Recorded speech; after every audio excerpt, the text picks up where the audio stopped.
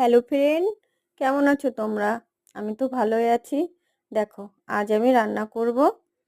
সবাই তো দই কাতলা রান্না করে, এমন করি, কিন্তু আজ আমার ঘরে রয়েছে রুই মাছ। সেটা দিয়েই আমি আজকে রুই দই বানাবো। দই কাতলার জায়গায় রুইটা দেব। তো আমরা 4 জন মানুষ, তার জন্য নিয়েছি 5 পিস মাছ।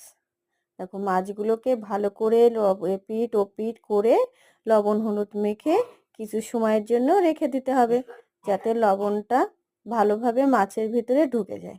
এবার কড়াটা গ্যাসের উপরে বসিয়ে দিয়ে গরম হয়ে গেলে, আজকে আমি একটু বেশি তেল দেব, অন্যদের সব তরকারিতে আমি কম তেল দিই, কারণ এই দই কাতলা বা রুই দিয়ে রান্না করলে একটু মাছগুলো বেশি তেলে ভেজে না নিলে ভালো লাগবে না। দেখো, মাছটা তেলটা গরম হয়ে গেলে মাছটা আমি এপিট ওপিট করে সুন্দর করে লাল করে ভেজে নেব।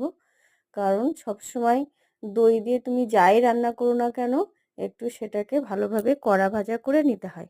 কাতলা বা রুই মাছ বা চিংড়ি মাছও করি অনেক সময়।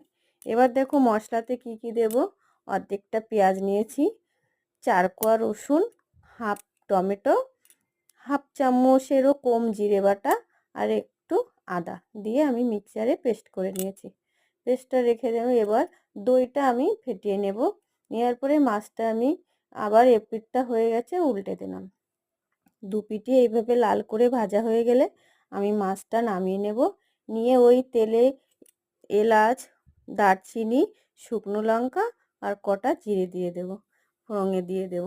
তারপরে সেগুলো লাল হয়ে আসলে আমি পেস্ট করে রাখা মশলাটা দিয়ে দেবো। মশলাটা ভালোভাবে কষিয়ে নেব। মশলা থেকে তেল ছেড়ে দিলে আমি ওর ভিতরে টক দইটা দিয়ে দেব।